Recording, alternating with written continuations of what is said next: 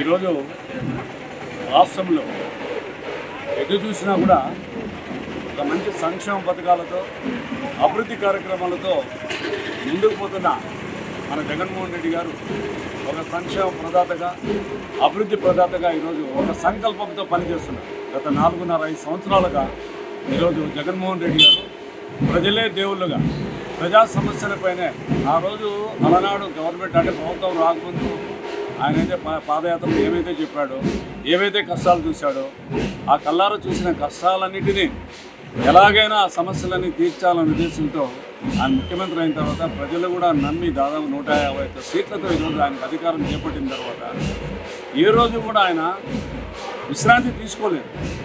అనుక్షణము ప్రజల గురించి, ప్రజల సంక్షేమం గురించి ఆలోచిస్తూ అలనాడు గాంధీజీ కలలు కన్నా స్వరాజ్యాన్ని స్థాపించాలనే ఉద్దేశంతో జగన్మోహన్ రెడ్డి గారు ఈరోజు ఎన్నో అభివృద్ధి కార్యక్రమాలు, సంక్షేమ పథకాలు ఈరోజు భారీగా చేపట్టారు.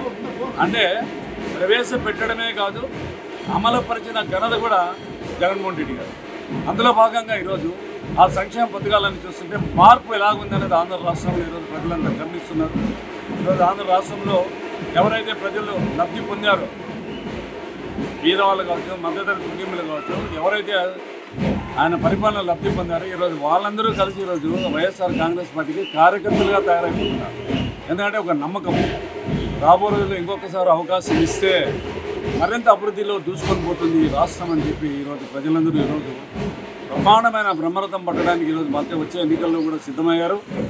అందులో భాగంగా ఈరోజు 1-2 మీకు సంక్షేమ పథకాలు చెప్పాలంటే ఆయన పెట్టిన ప్రయోజనం అంటే సమయం చాలదు. అందులో భాగంగా ఈరోజు ఒక్క విషయం చెప్పదలుచుకున్నాము. మహిళల కోసం ఆయన ఎంత సంకల్పంతో పనిచేస్తున్న ఉదాహరణకు ఈరోజు ఆంధ్ర రాష్ట్రంలో ముఖ్యంగా 64 లక్షల మందికి పెన్షన్ ఇస్తున్నారు. ఇది ఆషామాషి విషయం కాదు. ఎందుకంటే 3,000 రూపాయలతో ఈరోజు 64 లక్షల మందికి 1వ తారీఖున ఇస్తున్నారంటే దాదాపు 1,900 కోట్ల రూపాయలు నెలకు బడ్జెట్లో పెట్టారండి. ఒక్కరోజు కూడా, ఒక గంట కూడా, ఒక రోజు కూడా వేస్ట్ చేయకుండా ఇమీడియట్లీ అందరికీ అందజేస్తున్నారు. నాడు నేడు స్కూళ్ళు తీసుకోండి, 70 సంవత్సరాల్లో లేని మార్పు ఈరోజు స్కూళ్ళలో వచ్చింది. చూస్తుంటే కార్పొరేట్ స్కూల్స్ కూడా పని రాకుండా పోతుంది. ఎంత బాగా, తర్వాత మిడ్ డే మీల్ పెట్టాడు, ఎంత మంచి ఫుడ్ ఇస్తున్నారు. సో ఇవన్నీ చెప్పుకుంటూ పోతే చాలా ఉన్నాయి. రాబో రోజుల్లో అంటే ఇప్పుడు ప్రజలు కూడా డిసైడ్ అయిపోయారు. వార్ వన్ సైడ్ జరుగుతుంది.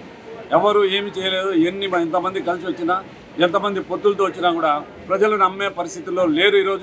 ఈరోజు జగన్మోహన్ రెడ్డికి ఈరోజు రాష్ట్రమంతటా ఆయన అంటున్నారు, ఫస్ట్ నుంచి కొంతమంది నమ్మారు, వై నాట్ 175 అంటున్నారు. నిజంగా జరిగేదానికి అవకాశాలు కనిపిస్తున్నాయి. ఈరోజు సిద్ధం సభలు చూస్తున్నారు. సిద్ధం సభలు చూసి లక్షలాది మంది ఎందుకు వస్తున్నారు అంటే ఆయన నుంచి బెనిఫిట్ పొందారు కాబట్టి అంతమంది వస్తున్నారు. కాబట్టి రాబో రోజుల్లో కూడా ఏ పరిస్థితి లేదు. వారు వన్ సైడ్ అని ఇంకోసారి చెప్తున్నారు. జగన్మోహన్ రెడ్డి గారు మరొకసారి ముఖ్యమంత్రి కాబోతున్నారు. ఇంకొక చిన్న విషయం, ఈ అనంతపురం నగరంలో కూడా కనివిని ఎరగని రీతిలో ఈ 5 సంవత్సరాల్లో అనంత వెంకటరామరెడ్డి గారు చేసిన అభివృద్ధి కార్యక్రమాలు, గత పాలకులు చేసిన అభివృద్ధి కార్యక్రమాలు పోల్చుకుంటున్నారు. ఈరోజు అనంత వెంకటరామరెడ్డి బలపరుస్తున్నారు. మరొకసారి అనంత వెంకటరామరెడ్డిని కోరుకుని ఆయన గెలిపించాలని కూడా ప్రజలు ఈరోజు నిర్ణయించుకున్నారు. ఎందుకంటే ఈ అభివృద్ధి ఆగిపోకూడదని, రాబో రోజులు అభివృద్ధి మరింత ఇంకా అభివృద్ధి చెందాలి నగరం అంటే అన్ని కోణాల్లో, అన్ని విషయాలు అనంత వెంకటరామరెడ్డి గారు రావాలంటున్నారు. కాబట్టి అందులో భాగంగా ఈరోజు అనంత వెంకటరామరెడ్డి కూడా గెలవబోతున్నారు. జగన్మోహన్ రెడ్డి గారు అత్యధిక మెజార్టీతో గెలిచి మరొకసారి సువర్ణ పరిపాలన అందించడానికి సిద్ధమవుతున్నారు.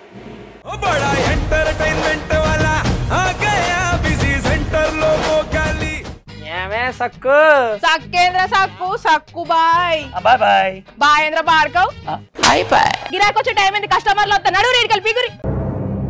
కస్టమర్లు వస్తున్నారు కదా, మాత్రం పొగరు ఉంటది. మరి తగ్గిచ్చేద్దాం పొగర్ని. డబ్బులు కట్టేస్తావేంటి కొంప తీసి? లేదు, కస్టమర్లు ఆపేద్దాం. పదా మరి మన బిజినెస్ స్టార్ట్ చేద్దాం.